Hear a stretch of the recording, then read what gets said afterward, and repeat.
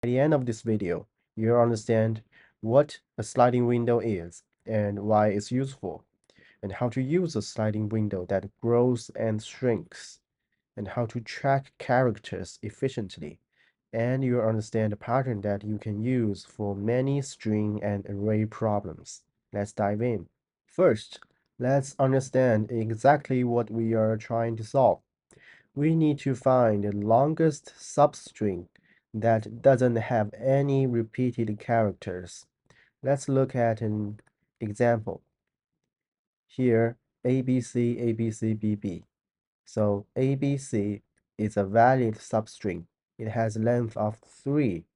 And ABCA is not valid because it has 2 A's. So, and BCA is also a valid substring and it also has the length of 3. So the longest valid substring AB is ABC and or BCA or CAB, whatever, and with the length of 3. So the output is 3. The key rules are we need to find the length of the longest substring. And the substring must be continuous, which means there's no gaps. So it looks like this, a continuous substring. And no character can appear twice in our substring.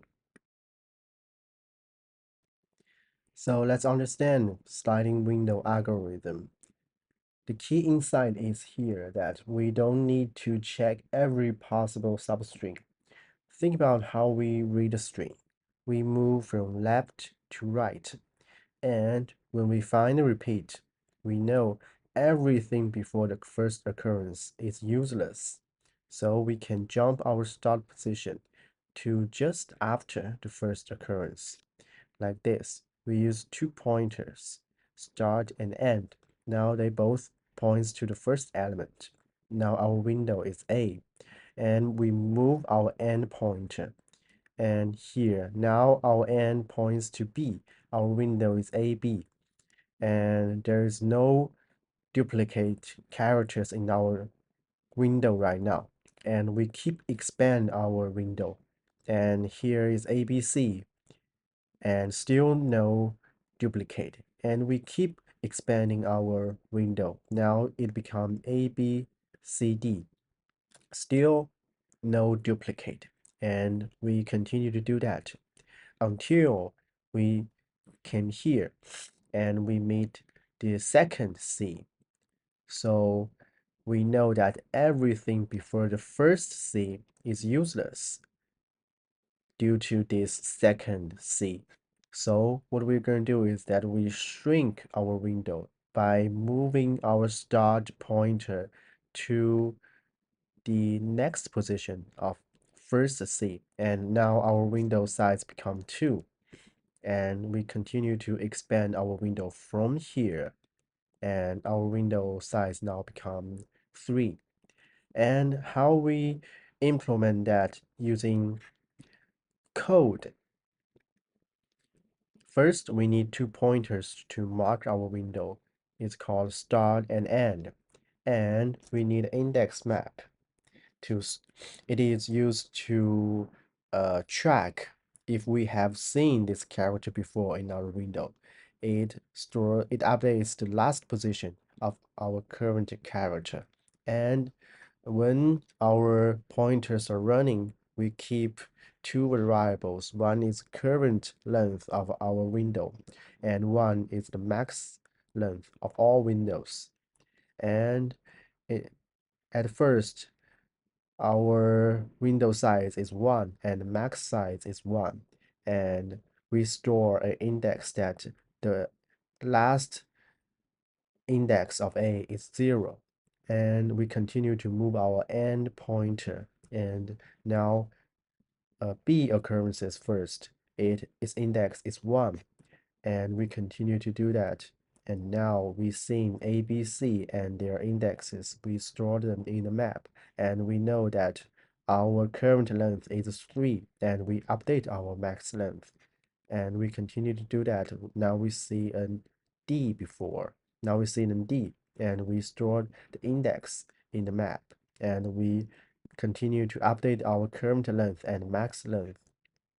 And here comes the important part, is that we move to another C. So first thing is we query that index map. We have seen a C before, and its index is 2, and our start pointer points to 0, and our end pointer points to 0, 1, 2, 3, 5, points to 5, and it means that we have a duplicate C in our window.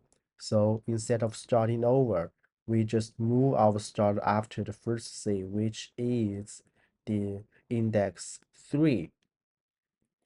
So our start pointer now points to index 3, which is D. And we update the C position, the last position of C. So now C index is 4 and D index is 3. Our current length is 2. And we continue to move our end pointer. Now it points to E, and we record that index. We found that there is no in E before, and our current length is 3. So our end pointer reaches the last position, and our algorithm ends here.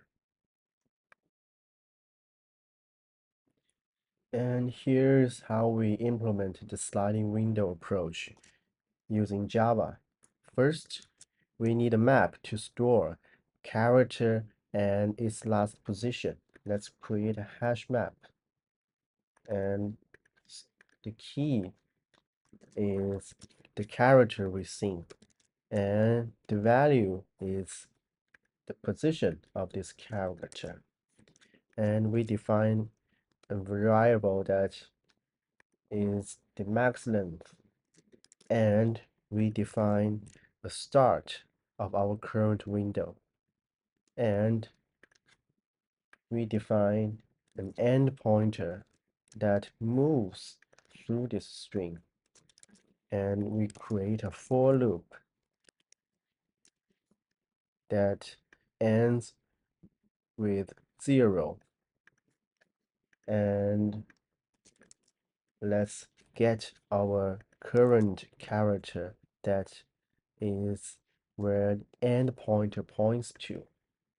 And if we have seen this character before in our window, what we'll do is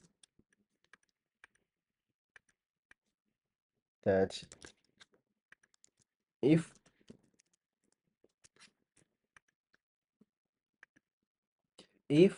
hash map contains this key, which means we have seen that character, and this character had index that is equal or larger than the window start, which means this character is currently in our window. So it means we have met a duplicate character. So what we'll do is we just move our start to just one place after this first occurrence. So let's set our start pointer to this last seen character +1. And if we have not seen this character before, and what we'll do is we update the last position of our current character. So in the future, it might be useful to detect if this character has shown up in previous window. So we put our current character and current index into our hash map. And one important thing we need to do is in every step, we should update our max length if our current window is the biggest. So now we update it. And in the end, we return this max length. So let's try our result. And let's submit it.